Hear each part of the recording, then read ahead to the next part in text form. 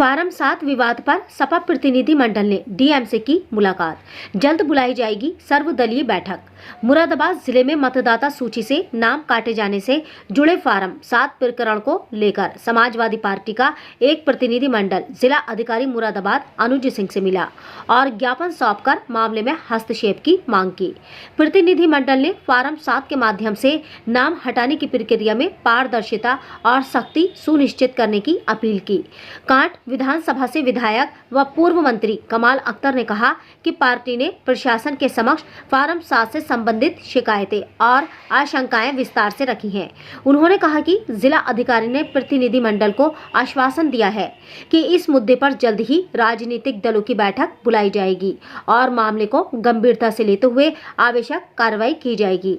सपा प्रतिनिधि मंडल ने मांग की कि किसी भी मतदाता का नाम हटाने से पहले ठोस सत्यापन और नियम अनुसार प्रक्रिया अपनाई जाए ताकि पात्र मतदाताओं के अधिकार सुरक्षित रह सकें। प्रशासन की ओर से मामले पर संज्ञान लेने और सभी पक्षों से चर्चा कर आगे की कार्रवाई करने का भरोसा दिया है।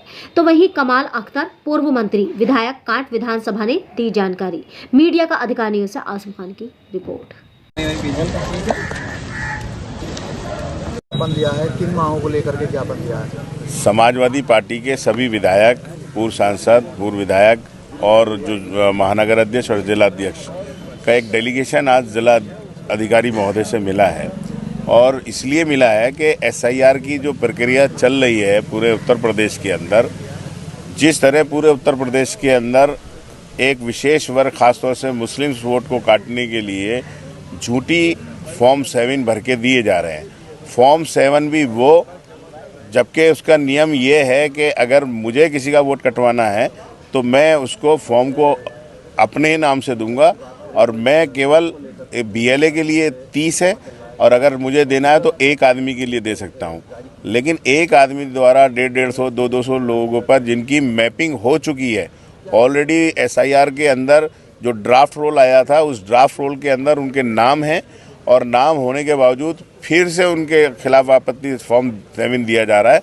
तो हमने जिलाधिकारी महोदय से यही किया कि सबसे पहले जो आपत्तियां दी गई हैं वो इसलिए गलत हैं कि एक आदमी की आपत्ति लगा सकता है, लेकिन वो 150, 200 पर फॉर्म लगाया गया है।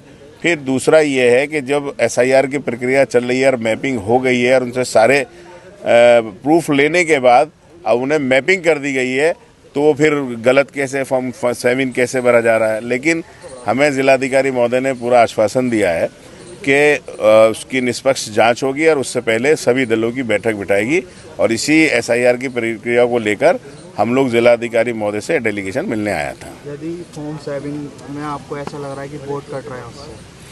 नहीं, उसकी एक प्रक्रिया है। फॉर्म 7 वोट काटने के लिए ही दिया जाता है, यानी कि किसी के नाम पे आपत्ति की जाती है कि ये आदमी मर गया है, ये आदमी बाहर का रहने वाला है, ये आदमी यहाँ का रहने वाला नहीं है।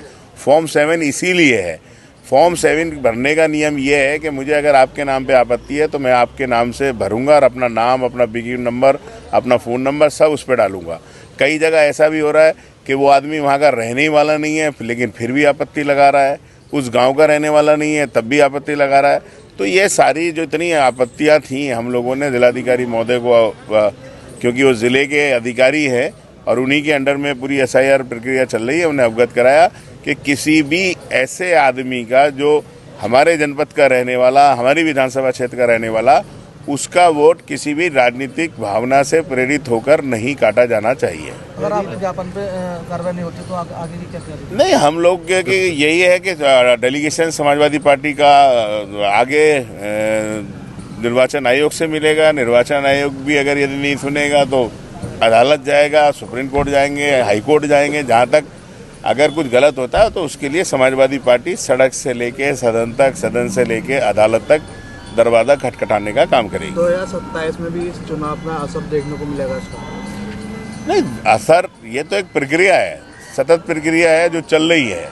तो उसमें जहाँ पे भी कुछ ऑब्जेक्शंस आते हैं तो क्योंकि जिलाधिकारी ज़िले के पूरे अधिकारी मालिक हैं तो उन्हें इन चीज़ों से अवगत कराना ज़रूरी था। और समाजवादी पार्टी का डेलीगेशन सभी विधायक, क्योंकि ये अकेले एक विधानसभा में नहीं सभी विधानसभा में हो रहा है। किसी विधानसभा में फॉर्म 6 एक्सेप्ट नहीं किए जा रहे, फॉर्म 6 पे प्रॉब्लम्स आ रही हैं, किसी जगह जो है लोगों की जो नोटिस दिए जा रहे हैं वो लेट दिए जा रहे हैं, क्योंकि नोटिस जब सुनवाई के लिए दिया जा रहा है तो उसे समय मिलना चाहिए।